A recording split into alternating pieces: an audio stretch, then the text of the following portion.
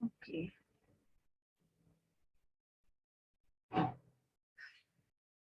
हाशिम बच्चे अटेंडेंस ले रहे हो आप? Yes ma'am. हाशिम आवाज आ रही है आपको मेरी? जी जी मैंने ले ली है दोनों दोनों क्लासेस की। अटेंडेंस आप लेते रहे डेली बेसिस पे ना, एक्सेल पे।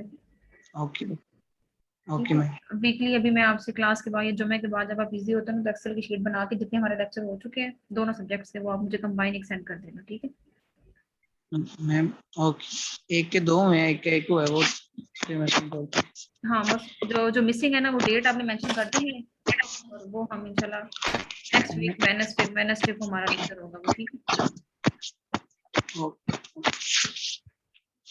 चलो स्टार्ट करते हैं आज हम लोग, बाकी बच्चे आते रहेंगे साथ साथ। अब जो 12:15 तक टाइम है मेरे पास, 12:15 के बाद जो होगा 10 मिनट्स आपके होंगे। 10 मिनट्स में जो भी आप क्वेश्चनिंग करना चाहेंगे आप पूछ सकते हैं, ठीक है? 10 मिनट्स के बाद मैं आपको नहीं पढ़ाऊंगी, चाहे आप कुछ और पूछना चाहें, असाइनमेंट्स को लेके पूछना चाहें, इस चीज को लेके पूछना चाहें, डिपेंड ऑन यू, ठीक है?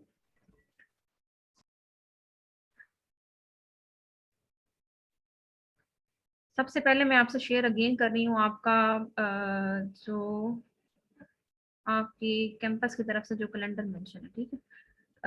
ये था थर्सडे की हमारी क्लास, और थर्सडे की क्लास में हमने, अगर आप लोग देखें तो 1 सेकेंड,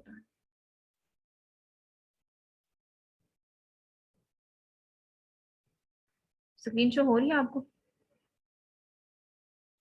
यस मैम। हो रही है आपको? हो रही है। जी हो रही। अच्छा, थर्सडे की क्लास में जो हमने पढ़ा था लेसन, वो था आपके पास, एक मिनट, बैक टू स्क्रीन आ जाओ।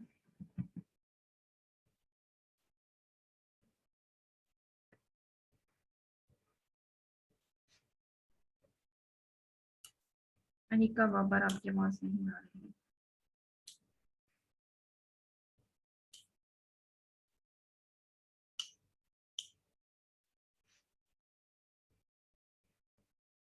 जी, थर्सडे वाले दिन बच्चे जो हमने क्लास ली थी, कल जो आपकी क्लास हुई थी, आप साथ साथ अपने कंटेंट जो मैंने आपसे ग्रुप में शेयर कर दी आप पहले करते जाइएगा, ठीक है? कोई टॉपिक मिसिंग हमारा हो तो वो साथ साथ आप उसको हाईलाइट करते जाएंगे अपने पास। उसमें हमने पढ़ा था, जो फर्स्ट चैप्टर हमने स्टार्ट किया था आपका foundation concept of information system in business में। 3 कंटेंट हमने कल कवर अप करने की कोशिश की थी कि व्हाट इज इंफॉर्मेशन सिस्टम, पहले हमने बात सिस्टम की थी, फिर हमने इंफॉर्मेशन सिस्टम की बात की थी। उसके बाद role of information system in business, उसका क्या रोल है, उसकी डेफिनेशंस क्या थी वो देखिए। उसके बाद हमने ट्रेंड इन इंफॉर्मेशन सिस्टम पढ़ लिए थे। Fundamental role of information system in business, इसको हम स्टडी कर रहे थे कल, और जिसकी वजह से टाइम शॉर्ट होने की वजह से हमने उसको इग्नोर कर दिया था या वाइंड अप कर दी थी क्लास अपनी। आज जो हमने जो रिमेनिंग कंटेंट है फ्राइडे के वो भी कवर अप करने हैं, और जो प्रीवियस हमने कल जो डिस्कस किया था उसको मैं सरसरी से विद इन 2 मिनट्स एक समरी के फॉर्म में रिवाइज करके तो आगे हम इसको मूव करेंगे, ठीक है? आज हम लोगों ने जो पढ़ना है, ई बिजनेस है क्या, टाइप्स ऑफ इंफॉर्मेशन सिस्टम कितनी होती हैं, 2 होती हैं, ऑपरेशनल सपोर्ट सिस्टम और management support system. Operational support system क्या होते हैं, इसके अंदर क्या क्या चीजें इंक्लूड हैं, ठीक है? किस तरह से प्रोसीड करेगा इन बिजनेस एफिशिएंसी या इफेक्टिवनेस को इम्प्रूव करने के लिए, और मैनेजमेंट जो है वो कितना रोल प्ले करेगी इन डिसीजंस मेकिंग, ठीक है? और other classification of information system, ये जो 5 कंटेंट है ये आज इस क्लास में हम कवर अप करेंगे, ठीक है? अब मैं दोबारा बैक पे जा रही हूँ आपकी स्लाइड्स पे, जहां से हमने इसको स्टडी करना शुरू किया था। बुक का टाइटल मैंने आपसे शेयर कर दिया था, अगर पीडीएफ में चाहिए आपको तो आप मुझे बताएंगे तो मैं आपको पीडीएफ में सेंड करूंगी, ठीक है? मैं सेंड कर दूं, आप उसको इजी नहीं ले रहे हो। जैसे रिसर्च मेथोडोलॉजी की भी मैंने कहा है, किसी को चाहिए तो मुझे बताएंगे ग्रुप में, तो मैं आपको फॉरवर्ड कर दूंगी, बगैर बताए नहीं करूंगी आपको मैं, ठीक है? जिस जिस चीज की जरूरत होगी पिन करते जाएं और मैं आपको करती जाऊंगी सेंड। हमने सबसे पहले बात की थी फाउंडेशन कंसेप्ट की, ठीक है? कि इंफॉर्मेशन सिस्टम जो एंड टेक्नोलॉजी जो सब्जेक्ट है, इसकी अगर बेसिक फाउंडेशन देखी जाए, इसको पढ़ने का पर्पस क्या है, सबसे पहले इसका जो बेसिक पर्पस हमने बताया था, बिजनेस को वो कंपोनेंट जो इफेक्ट करते हैं बिजनेस के सक्सेस के लिए वो कौन से हैं, how we can expand our business, ठीक है? How we can improve the efficiency and effectiveness of the business process, और जो लास्ट वन हमने बात की थी कि किस तरह से वर्क ग्रुप में कोलैबोरेशन पैदा करते हुए हम जो है बिजनेस में जो एक कोलैबोरेशन का कंसेप्ट है, उस on the basis of this concept decisions making ले सकते हैं। उसके बाद हमने बात की थी सिस्टम की। सिस्टम हमने कहा था क्लियरली डिफाइंड बाउंड्रीज होनी चाहिए, सेट रूल्स एंड रेगुलेशन होनी चाहिए, जहां पे एम्प्लॉयज जो हैं वर्क टुगेदर करें और एक ही उनका ऑब्जेक्टिव होना चाहिए to maximise the shareholder wealth. फिर हमने बात की थी व्हाट इज इंफॉर्मेशन सिस्टम, और हमने कहा था इंफॉर्मेशन सिस्टम बेस करता है 5 कंपोनेंट पे। First one is people, second hardware software communication data analysis policy and procedures. और फिर हमने कहा था कि ये जो 5 कंपोनेंट है ये इंफॉर्मेशन सिस्टम है, इसका पर्पस क्या है? The purpose is that to store retrieve transform and dissemination information in an organisation. फिर हमने, मैं बहुत तेजी से इसको मूव कर रही हूँ क्योंकि हम ऑलरेडी स्टडी कर रहे हैं, ठीक है, नोट डाउन कर लें क्वेश्चन, लास्ट 10 मिनट्स में आप डिस्कस करेंगे।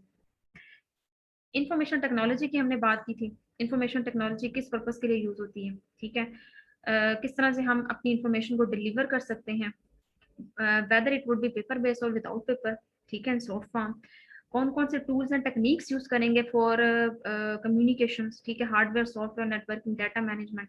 फिर हमने कहा था इन सब चीजों के लिए हमें जो बेसिक एलिमेंट चाहिए that is computer based information system, ठीक है।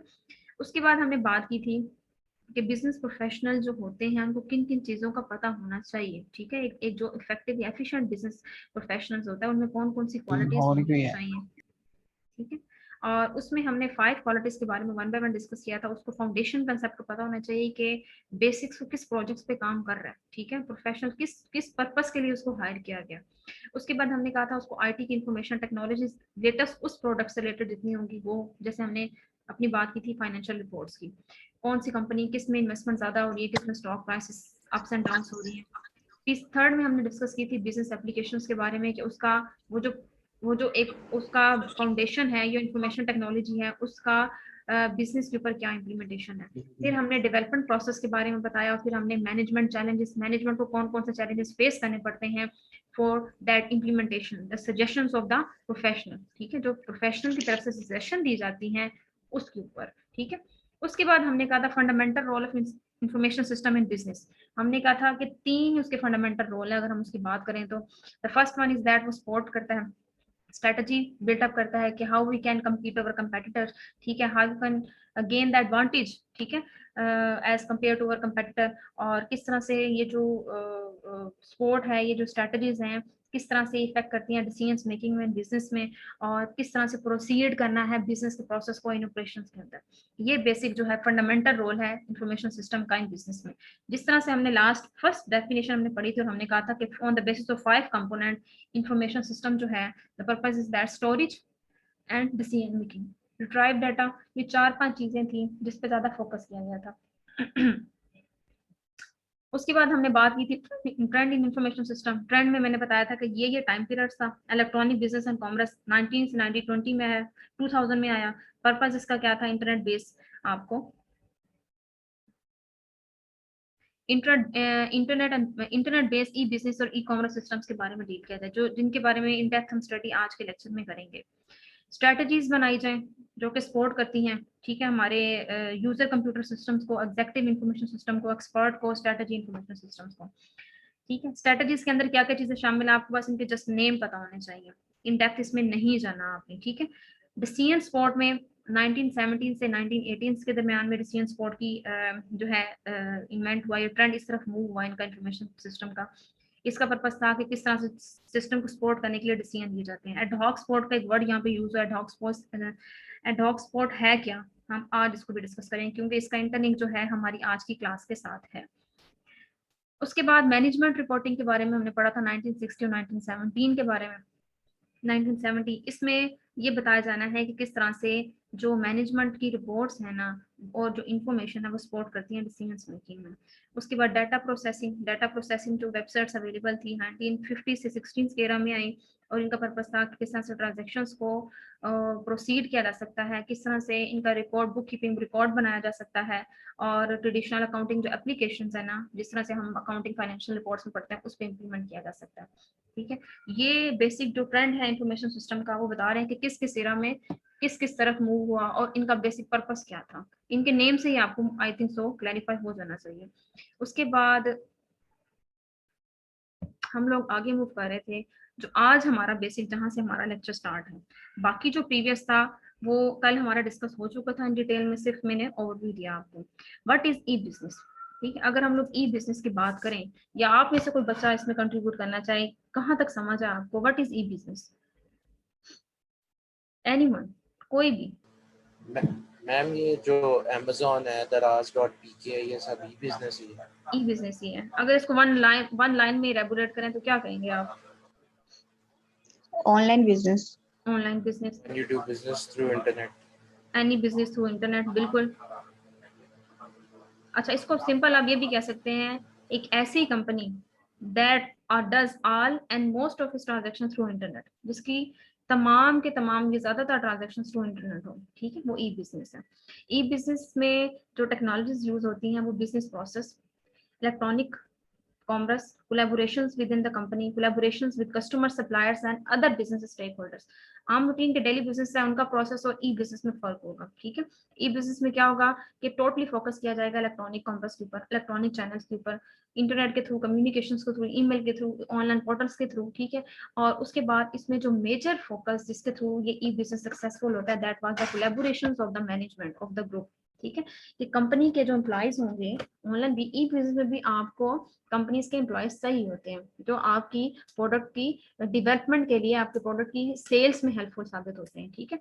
तो ई बिजनेस में जो मेजर स्ट्रेटजीज यूज होती हैं, जो टेक्नोलॉजीज यूज होती हैं, उस फर्स्ट है बिजनेस प्रोसेस, देन है इलेक्ट्रॉनिक कॉमर्स, फिर then collaborations within the company.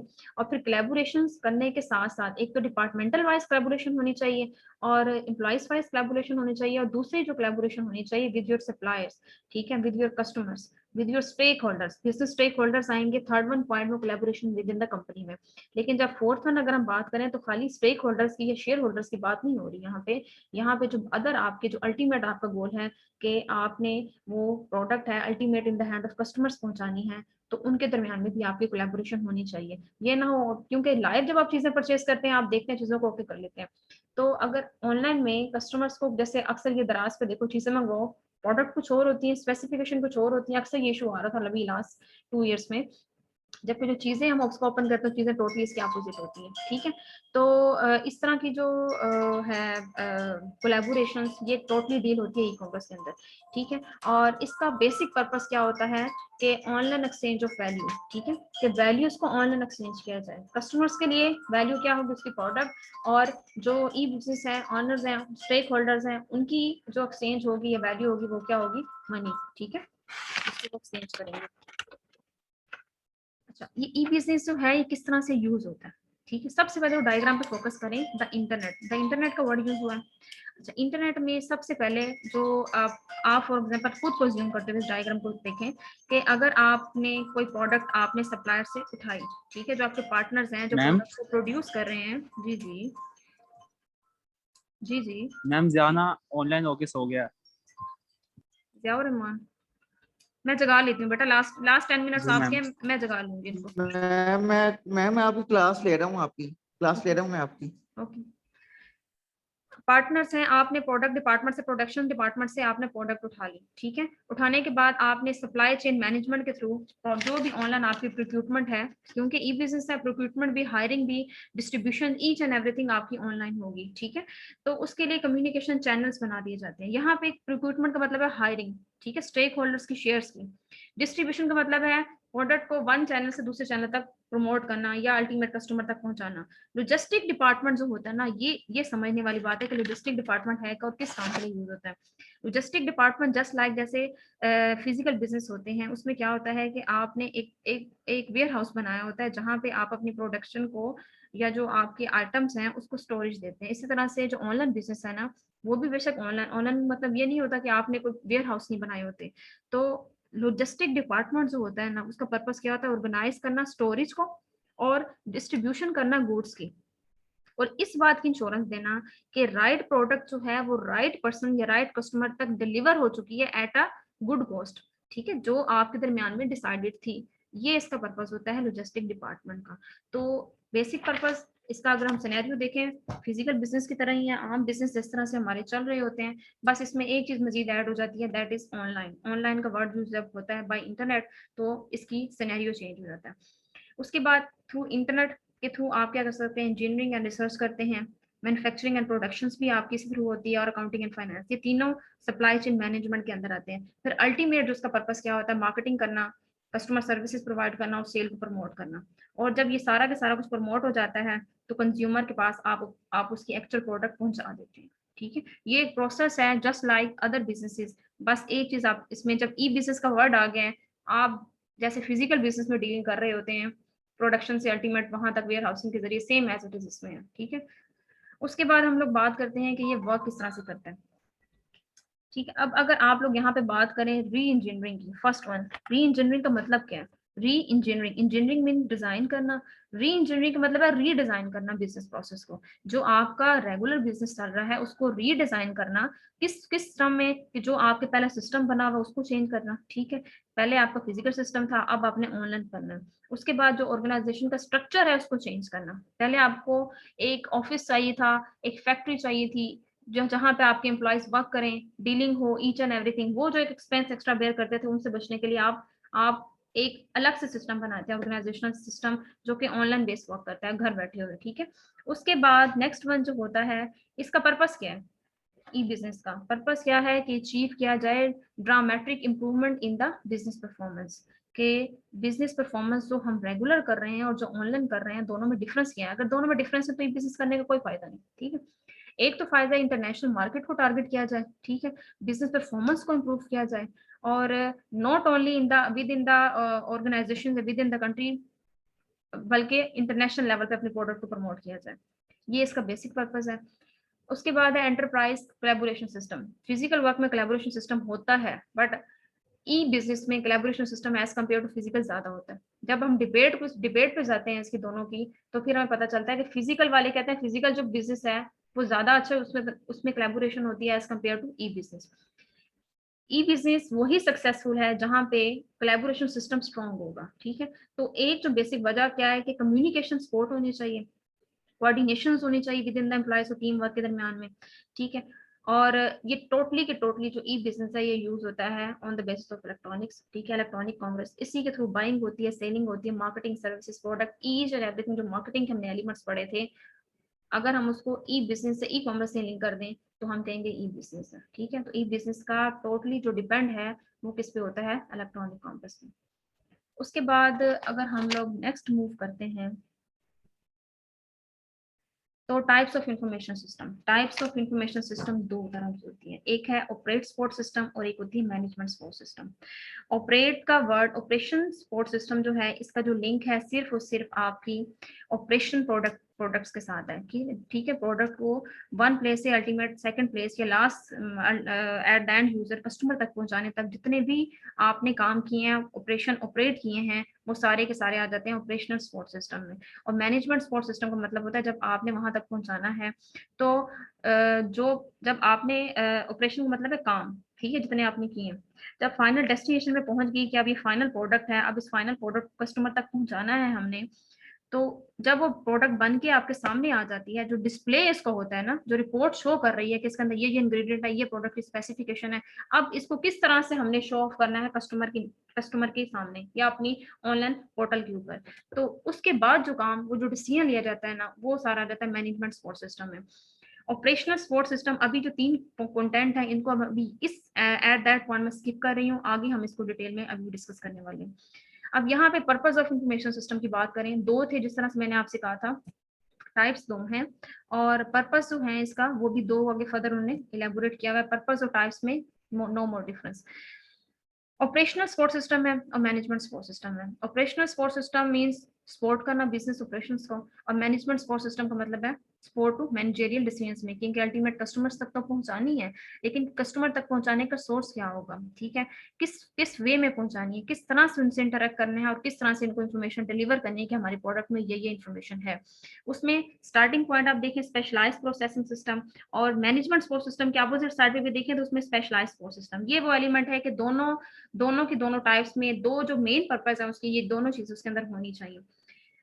Operational में अगर हम लोग आए तो ऑपरेशनल में कौन कौन सी चीजें शामिल होंगी? ट्रांजैक्शन प्रोसेसिंग होगी, प्रोसेस कंट्रोल सिस्टम होगा। ट्रांजैक्शंस मीन के गुड्स को प्रोसेस किया जा रहा है, ठीक है, इन प्रोडक्शन डिपार्टमेंट। फिर उसके बाद प्रोसेस कंट्रोल सिस्टम में किस तरह से आपने मॉनिटर करना है कि कोई अगर पीस डिफेक्टिव है तो किस तरह से उसको ओवरकम किया जाए, इसको कंट्रोल किया जाए। उसके बाद कोलैबोरेशन होनी चाहिए सिस्टम में, अगर कोलैबोरेशन होगी तो फिर आप अल्टीमेट जो है उसको नेक्स्ट जो मैनेजमेंट सपोर्ट सिस्टम है उसमें मूव कर सकते हैं। Pre specified reporting for manager, जो प्री स्पेसिफाइड इंफॉर्मेशन जो ऑलरेडी ऑपरेशनल सपोर्ट सिस्टम की तरफ से मिली है वो डिफाइंडेड है। उसके बाद on the basis of this आप इंटरेक्ट करते हैं अपने कस्टमर्स के साथ, डिसीजन लेते हैं कि what are the way how we can interact our customers, और फिर उसके बाद आप इंफॉर्मेशन जो है वो प्रमोट कर देते हैं या मूव कर देते हैं through on their executive director CEO के हम अब प्रोडक्शन करने के राइट में है। जैसे एक बिजनेस है, आपने सब कुछ रेडी कर दिया, एक फाइनल रिकमेंडेशन या जो फाइनल इन्फो जो इनवाइस होती है उसके पास सिग्नेचर्स होते हैं, वो उसके एग्जीक्यूटिव्स के होते हैं, बोर्ड ऑफ डायरेक्टर्स के, सीईओ या चेयरपर्सन या सेल मैनेजर्स जो इन चीजों को डील करता है। तो स्पेशलाइज्ड प्रोसेस सिस्टम की अगर हम बात करें तो स्पेशलाइज्ड इसके नाम से क्लियर है कि जो भी सेल पर्सन हो, जो भी टीम हो, एक तो उसमें जो सबसे जो बेस्ट टीम, उस टीम के अंदर जो बेस्ट क्वालिटीज होती है ना, वो ये 4 होनी चाहिए किसी भी प्रोसेस को स्पेशलाइज बनाने के लिए। एक तो उनको एक्सपर्ट होना चाहिए, ठीक है, कि वो एडवाइस कर सकें डिसीजंस मेकिंग में, ठीक है। ऑर्गेनाइजेशंस का कंप्लीट नॉलेज होना चाहिए उसके बाद उसको स्ट्रेटजीज का पता हो कि how we can beat our competitors. उसके बाद फंक्शनल बिजनेस सिस्टम्स के बारे में पता हो कि इनिशियल बिजनेस का जो फंक्शंस है वो क्या है to maximise your over wealth, तो हमने फोकस हमारा मेन होना चाहिए वो वही होना चाहिए। तो इंफॉर्मेशन सिस्टम की अगर हमने 2 टाइप्स पढ़ी हैं, ऑपरेशनल सपोर्ट सिस्टम और मैनेजमेंट सपोर्ट सिस्टम। जब आप इस क्वेश्चंस को अटेम्प्ट करने लगेंगे तो आपने टाइप्स हो या पर्पस हो, इसको कंप्लीट इलेबोरेट करना है थ्रू देयर डायग्राम कर लें या उस तरह से कर लें। ऑपरेशनल सपोर्ट सिस्टम, जैसे मैंने आपसे कहा था लास्ट मंथ, उस स्लाइड्स को स्किप कर दें, हम आगे डिस्कस करेंगे। वही 4 चीजें यहाँ पे ऑपरेशनल सपोर्ट सिस्टम में बताई गई हैं कि इसका पर्पस क्या होता है ऑपरेशनल सपोर्ट सिस्टम का। प्रोसेस की जो ट्रांजैक्शन है उसको एफिशिएंटली मीट करना, ठीक है। इंडस्ट्रियल जो प्रोसेस है उसको कंट्रोल करना, मॉनिटर करना कि प्रोडक्शन डिपार्टमेंट में कोई डेफिशिएंसी तो नहीं, ठीक है, कहीं कोई ओवरलैपिंग तो नहीं हो रही प्रोडक्ट के अंदर, ठीक है, उन चीजों को देखना। उसके बाद सपोर्ट कम्युनिकेशन एंड कोलैबोरेशंस, किस तरह से कम्युनिकेशंस को through team work, through group जो है ना कोलैबोरेट करके उन चीजों को स्मूथ करना, ताकि जितनी ज्यादा कोलैबोरेशन होगी ग्रुप्स के अंदर उतनी ज्यादा ये बिजनेस आपका प्रमोट होगा। अपडेट कॉर्पोरेट डाटाबेसेस, जिसके थ्रू जिस चैनल के थ्रू, जिस पोर्टल के थ्रू आपने चीजों को डिलीवर करना है कस्टमर्स को, वो डाटा जो है, वो डाटाबेस जो है वो अपडेटेड होनी चाहिए अकॉर्डिंग टू लेटेस्ट टेक्नोलॉजी, ठीक है। ये ना हो कि आप जो है ओल्ड वर्जन यूज करें, जो आपके कंपेटिटर हैं वो लेटेस्ट यूज कर रहे हैं, तो इस तरह से आप अपनी ई कॉमर्स की जो एक्सपेक्टेशंस हैं उसको मीट नहीं कर सकेंगे। उसके बाद types of operate support system, ठीक है। अगर हम इसकी बात करें तो 3 तरह के इसके टाइप्स हैं, वही जो हमने यहाँ पे डिस्कस किए हैं, ट्रांजैक्शंस, इंडस्ट्रियल एंड कंट्रोल और कोलैबोरेशन, ये 4 थी। अब यहाँ पे हमने इनको अलग अलग बता देना है विद एग्जांपल्स के। ट्रांजैक्शन प्रोसेसिंग सिस्टम्स में क्या होता है कि आपने रिकॉर्ड रखना है ट्रांजैक्शंस का, कितनी आइटम सेल हुई है, कितनी आइटम आपके पास प्रोडक्शन डिपार्टमेंट में आई है। जैसे sale processing, inventory system, accounting systems में हम लोग कर रहे होते हैं। प्रोसेस कंट्रोल सिस्टम में क्या होता है, monitor and control physical process, ठीक है, कि जो वेयर हाउसेस में या स्टोरेज हाउसेस में आपके पास आई हैं चीजें या जो डिलीवर हो रही हैं उस पर मॉनिटर करना कि नंबर ऑफ आइटम कितनी थी और नंबर ऑफ आइटम सेल कितनी हुई है, ठीक है। जैसे कि using sensor to monitor chemical process in a petroleum refinery, production manufacturing करते हुए गुड्स मॉनिटर करना, ठीक है। एक तो वेयर हाउसिंग में करना, दूसरा प्रोडक्शन डिपार्टमेंट में करना। उसके बाद एंटरप्राइज कोलैबोरेशन सिस्टम में टीम वर्क को, ग्रुप वर्क जो है उसकी जो कम्युनिकेशन है उसको इनहांस करना through email, through video conferencing. फिर हम लोग बात करें जो फर्स्ट हमने पढ़ा business transaction, process business transactions. इसमें 2 तरह की प्रोसेसिंग होती है, एक होती है बैच प्रोसेसिंग, एक होती है ऑनलाइन प्रोसेसिंग, ठीक है। बैच प्रोसेसिंग में क्या होता है कि जिसमें जितनी भी ट्रांजैक्शंस डेली बेसिस पे हो चुकी हैं उनको एक्यूमुलेट कर लिया जाता है और उसको प्रोसीड कर लिया जाता है periodically, जो सेट स्टैंडर्ड होता है, ठीक है। मे बी एक टाइम पीरियड हो के आफ्टर 12 AM हमने इनको प्रोसीड करना है, तो वो उसका प्रोडक्ट पीरियड होगा। अगर वो हो at night, at very next day before 9 AM, तो वो उसका प्रोडक्ट टाइम होगा। जैसे आप bank processes all cheques received in a batch at night, ठीक है, रात को करते हैं। ऑनलाइन में क्या होता है, डेली जिस तरह से ट्रांजेक्शन्स हो रही हैं, प्रोसीड हो रही हैं, आप साथ थ्रू ATM उसको इमीडिएटली विड्रॉ करवाते जाते हैं, ठीक, आप वेट नहीं करते। मैनेजमेंट सपोर्ट सिस्टम जो सेकंड उसके टाइप्स है उसके बारे में बात करें, इसका पर्पस क्या होता है? इंफॉर्मेशन प्रोवाइड करना, सपोर्ट प्रोवाइड करना कि हाउ वी कैन मेक और making the effective decisions for our business, e business. तो इसमें जो 3 पॉइंट हैं कि मैनेजमेंट इंफॉर्मेशन सिस्टम हमारा बेहतर होना चाहिए, मैनेज किस तरह से करना है हमने चीज़ों को, मैनेजमेंट अच्छी होगी तो आप डिसीजन अच्छा ले सकेंगे। फिर डिसीजन सपोर्ट सिस्टम, डिसीजन को सपोर्ट करने के लिए कोलैबोरेशन, टीम मैनेजमेंट होनी चाहिए। फिर एग्जेक्टिव इंफॉर्मेशन सिस्टम, जब ये सारी की सारी चीज़ें ओके हो जाएं तो क्या वे होगा कि आप ये इंफॉर्मेशन एग्जेक्टिव से बोर्ड ऑफ डायरेक्टर सीनियर्स को पहुंचाते हैं, सीनियर सेल्स मैनेजर्स को पहुंचा रहे होते हैं। Types of support management system, जिस तरह से हमने पीछे पढ़ा, ऑपरेशनल मैनेजमेंट समझ आ रही है? हाँ जी भाई समझ आ रही है, आप टेंशन मत लें आप। ऑपरेशनल मैनेजमेंट सिस्टम की हमने बात की, हम इस तरह से मैनेजमेंट सपोर्ट सिस्टम की बात करेंगे। इसकी भी 3 कैटेगरीज हैं, management information system, decision support system और एग्जेक्टिव सपोर्ट सिस्टम। एग्जांपल के थ्रू देखें अगर हम लोग, रिपोर्ट एंड डिस्प्ले जो होगा, डिस्प्ले का पोर्शन ये होता है मैनेजमेंट इंफॉर्मेशन सिस्टम में, इसमें डेली सेल्स के जो एनालिसिस हैं वो रिपोर्ट किए जाते हैं। डिसीजन सपोर्ट सिस्टम में अब what if analysis to determine where, ठीक है, कब और किस तरह से हमने एनालिसिस को रन करना है उसके बारे में हम बात करेंगे। अब यहाँ पे एक चीज थी आपकी पूछने वाली, इंटरेक्टिव एंड अडॉक सपोर्ट, ठीक है। इसका मतलब क्या है? जो ये डॉक सपोर्ट का ये वर्ड यहाँ पे यूज हो रहा है ना, बार बार आपकी बुक आप जब परचेज करेंगे तो वहां पे भी आप देखेंगे, इसकी थोड़ी सी बैकग्राउंड हिस्ट्री आप पढ़ेंगे, थोड़ा सा मैं आपको बता देती हूँ कि ना ये लैटिन जुबान का वर्ड है जिसका मतलब है फॉर दिस, ये फॉर दिस सिचुएशंस, ठीक है, कि ये जो स्पेसिफिक, ये जो डिसीजन लिया जा रहा है ये स्पेसिफिक सिचुएशंस के लिए लिया जा रहा है, ठीक है। इसके अलावा इसका किसी और प्रोजेक्ट में या किसी और ई बिजनेस में अमल दखल नहीं है, ठीक है। स्पेसिफिकली इसी ई बिजनेस के लिए बनाया गया है और इसी ई बिजनेस के लिए अप्लाई किया गया है।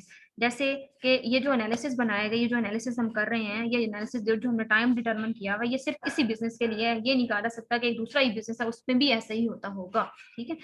Executive information system, critical information for executives and manager. फिर जो मैनेजर्स हैं ना, वो जब प्रोडक्शन को देखते हैं, जब इनवॉइस पे साइन करने लगते हैं, तो वो क्रिटिकल एक दफे इंफॉर्मेशन को देखते हैं, कितनी आइटम्स आई हैं, कितनी गई हैं, किसने साइन किए हैं, किसी को कंप्लेन तो नहीं, कोई डिफेक्टिव तो नहीं, डेट क्या थी, ईच एंड एवरीथिंग जो उनकी नज़र में ये चीज़ इंपॉर्टेंट है, ठीक है, तो उसको वो ओके करेंगे, उसके बाद वो साइन करेंगे। क्रिटिकल इन्फॉर्मेशन को इवेल्युएट करेंगे, जैसे easy assess to actions of competitor के ये जो हमारी प्रोडक्शंस हैं, अगर 20 आइटम्स की हैं तो क्या हमारे कंपेटिटर की भी 20 हैं? अगर 20 है तो फिर कहाँ कहाँ पे हम ओवरलेप कर रहे हैं? तो ये कुछ चीज़ें हैं जो हम लोग इन 2 सिस्टम्स के अंदर पढ़ते हैं, ठीक है। लास्ट स्लाइड है अदर इंफॉर्मेशन सिस्टम्स। उनके अलावा जो हमने 2 डिस्कस कर ली है, अदर इंफॉर्मेशन सिस्टम क्या है? एक्सपर्ट सिस्टम जो होना चाहिए, स्पेशलाइज्ड, बार बार फोकस किया था मैंने आपको कि स्पेशलाइज्ड होना चाहिए, उनके पास नॉलेज होना चाहिए, ऑर्गेनाइजेशन से रिलेटेड बेसिक नाउ होनी चाहिए, कंपेटिटर के रिलेटेड जितनी भी स्ट्रेटजीज हैं उसके बारे में इंफॉर्मेशन होनी चाहिए।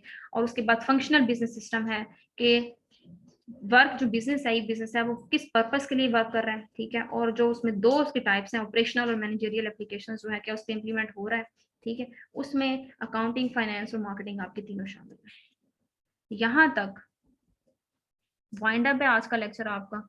अब आप लोगों की बारी है, एक दफा मैं आपसे दोबारा आपका कंटेंट शेयर कर दूं। This was your final content, और इसमें से कोई चीज मिसिंग नहीं है आपकी इस वीक की। और अब आप लोग आ जाएं स्लाइड्स पे, 1 बाय 1 जिसको जो इशू होगा वो मुझसे डिस्कस करता जाए।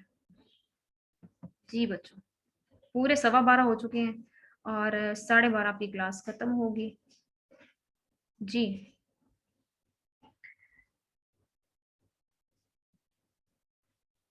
अब नहीं बोलेगा कोई?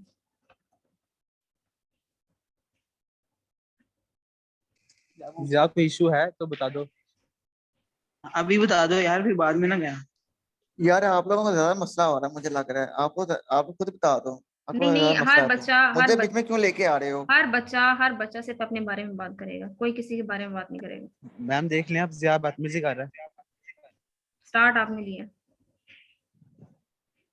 स्टार्ट आपने लिया सर। ये कौन है? ये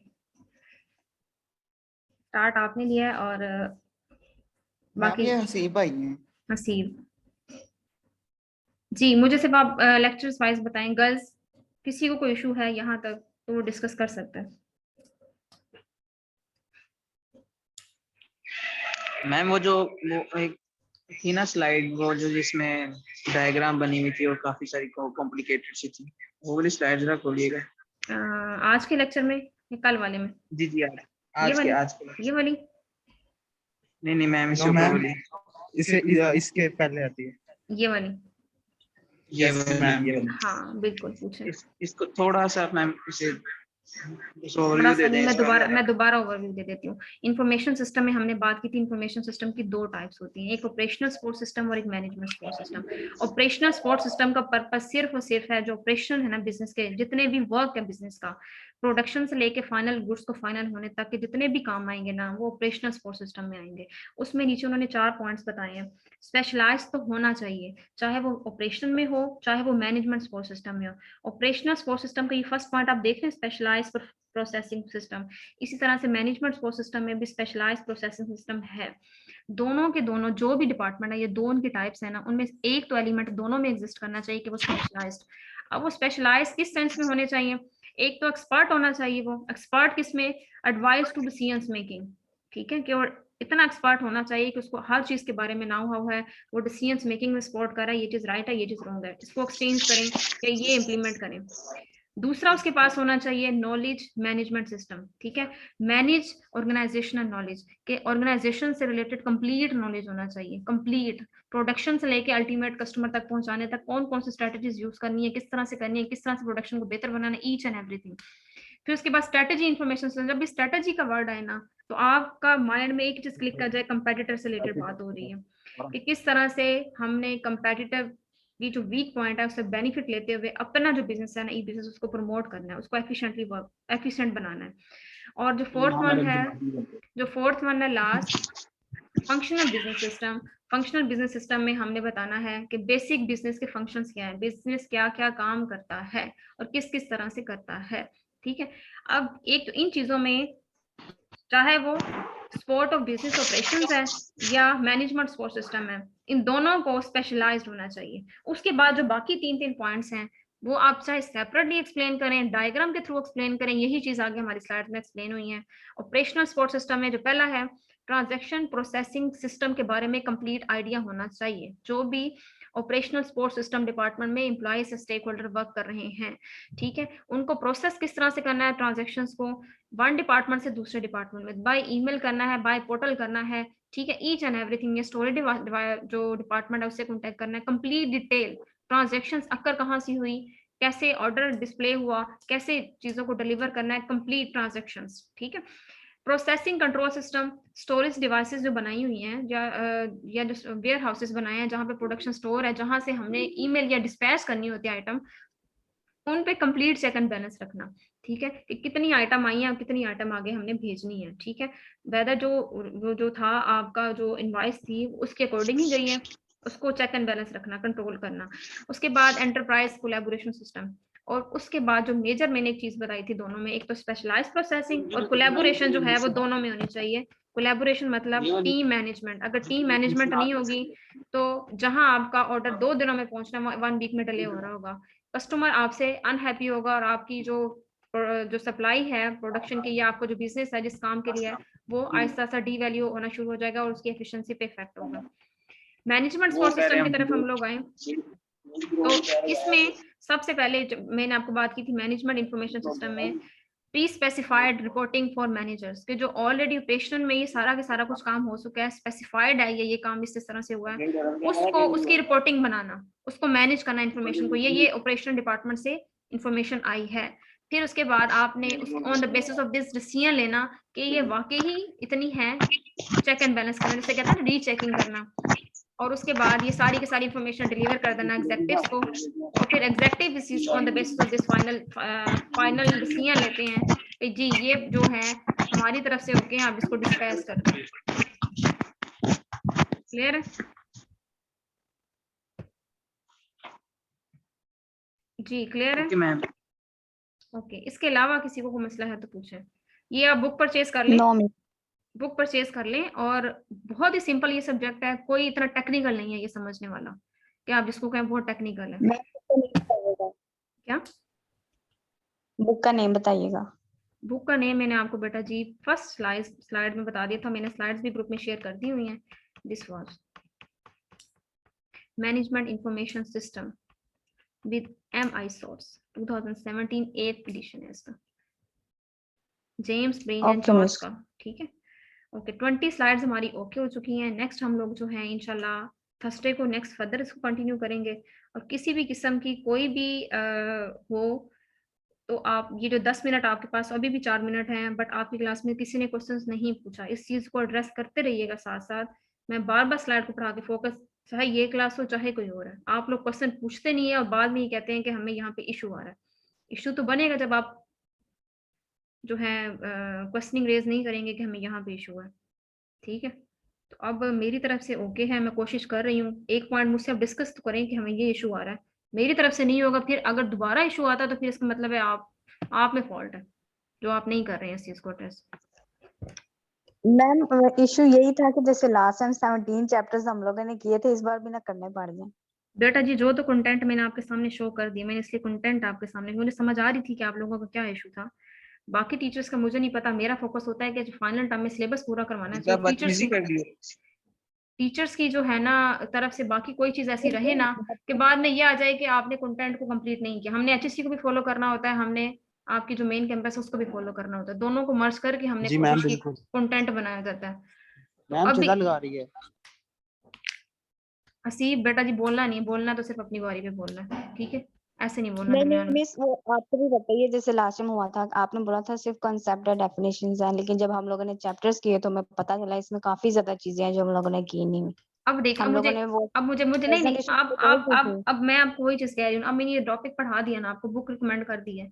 अब बुक की रीडिंग एक एक लाइन की थारोली अगर हमारी फिजिकल क्लास होती, तो मैंने आपको फाइनेंशियल स्टेटमेंट पढ़ाना शुरू की थी, उसमें तो मैं आपको पढ़ा सकती थी, चाहे मुझे एक्स्ट्रा टाइम देना पड़ा। 1.5 घंटे की क्लास एनफ होती है एक दिन के लिए, और इससे ज्यादा पढ़ाओ तो बच्चों ने एग्जॉस्ट, टीचर्स ने हो जाना होता है, बच्चों ने तो बाद में होना है।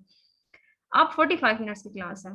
अब मैं अगर बुक खोल के बैठ जाऊंगी ना, तो ये जो टॉपिक हमने अपने कंटेंट को कवर अप कर लिया आज ना, ये हम कवर अप नहीं कर पाते। मैं एक पेज खोलती, फिर मैं एक लाइन को पढ़ती, फिर मैं एक लाइन को पढ़ती, फिर मैं आपको एक्सप्लेन करती हूँ, तो एक एक लाइन के अंदर मैं आपको एक्सप्लेन करती हूँ, तो आप मुश्किल से एक टॉपिक कवर अप कर पाते। मास्टर्स के अब आप स्टूडेंट्स हैं, अब आपको बुक रीडिंग की हैबिट होनी चाहिए। बुक रीडिंग जितनी करेंगे ना, उतना अच्छा आपका फाइनल टर्म का पेपर होगा। एक दफा करके तो देखें, फिर अब देखें फाइनल टर्म का पेपर आउट ऑफ सिलेबस आता है, नहीं आएगा। ये 1 वीक का जो आपका रिसर्च वर्क दिया गया ना, ये इसीलिए दिया गया आपको, ताकि इसमें आपकी जो डेफिशिएंसी है ना, जो कमी बेशी रीडिंग की है, इसको खत्म करें, ताकि आपका सारा मसला ही हल हो जाए। ठीक है मिस, इंशाल्लाह हम लोग करेंगे। मैम रिक्वेस्ट है आपसे कि इस बार वो 17 चैप्टर वाला ना करिएगा, कि बेटा हम लोग फिर मुझे कहे जाए तो यहाँ पे भी इस बुक में भी आपके कोई 9-10 चैप्टर होंगे, इसमें कंटेंट कितने ज्यादा होंगे। अब रिस्क मैनेजमेंट की बुक में 43 चैप्टर्स थे आपके, और हमने उसमें से स्पेसिफिक 17 पढ़े थे, जो आपकी एचईसी और जीसीएफ की तरफ से 3 हमने स्किप कर दिए थे, फिर भी पूरा हमारा सिलेबस नहीं मिस था वो वो। 17 भी हम लोगों ने किया था, वो भी समरी, वो भी चैप्टर के एंड पे जो समरी थी वही की थी, वही उठा के हम लोगों ने प्रेजेंट कर दी थी कि प्रेजेंटेशन हम लोग की होगी। आता हमें कुछ नहीं था उसमें। तो बेटा जी आएगा कैसे, जब पहला मिड आपका ऑनलाइन गुजर गया 45 मिनट के लेक्चर में, और मैं अगर चैप्टर वाइज 3-3 चैप्टर डेली के कवर अप करवाती, मैं उसको बोलने के लिए आती, तो आप सुन के चले जाते। मिस 4th हाँ। चैप्टर में हमने फिजिकल क्लासेस अटेंड की थी, फाइनेंशियल मैनेजमेंट की भी हुई थी, रिस्क की भी हुई थी, और उसके बाद हमारा मिड्स हुआ, उसके बाद फिर हमारी फिजिकल क्लासेस हुई, और उन फिजिकल क्लासेस में हम लोगों ने वो 17 चैप्टर जो बेटा जी किए होने जो दे, हम प्रेजेंट करते थे वो मैम आगे से क्लियर भी तो कर देती थी ना, मैम डिस्क्राइब भी तो करती थी, ऐसा भी तो नहीं। यार हमें पता, अब्दुल्ला प्लीज चुप कर जाओ आप। उसमें पता क्या होता है, देखो अगर मैं एक क्लास में एक चैप्टर आपको, मैं जब करने बैठती तो मैंने इंडेक्स चले जाना था, और मैं एक क्लास में एक चीज प्रेजेंट करती, आप सुन के चले जाते, आपका सिलेबस शॉर्ट हो जाता। फाइनल पेपर में क्या होता, जैसे अभी भी इशू हुआ, आप कहते हैं रिस्क प्रोस्पेक्टिव से आया, उस प्रोस्पेक्टिव से नहीं आया, तो इसका मतलब है कि कहीं ना कहीं उस सब्जेक्ट की डेफिशिएंसी रह गई है, ठीक है। मैम नोट, फाइनल में हाँ जो हमारा रिस्क मैनेजमेंट का पेपर हुआ था, उसमें जो मैं अपना बताऊं तो मेरे पास फाइबर ऑप्टिक्स का सारा रिस्क मैनेजमेंट आई हुई थी, फाइबर ऑप्टिक्स के, तो मैंने एक फाइबर चीज इंडस्ट्री में मैंने रिस्क मैनेजमेंट थे, वो सारा आया हुआ था। मैंने एक चीज बताई थी क्लास में आपको, मैंने कहा था रिस्क प्रोस्पेक्टिव में कोई भी क्वेश्चन आए, आपने इसको इस सिनेरियो में अटेम्प्ट करना है। जिसने तो मेरे वर्ड्स जी पे मिस। फोकस किया था ना क्लास में, ड्यूरिंग योर प्रेजेंटेशन, अटेंडेंस पूरी की थी, मुझे उम्मीद है उनका पेपर बहुत अच्छा हुआ।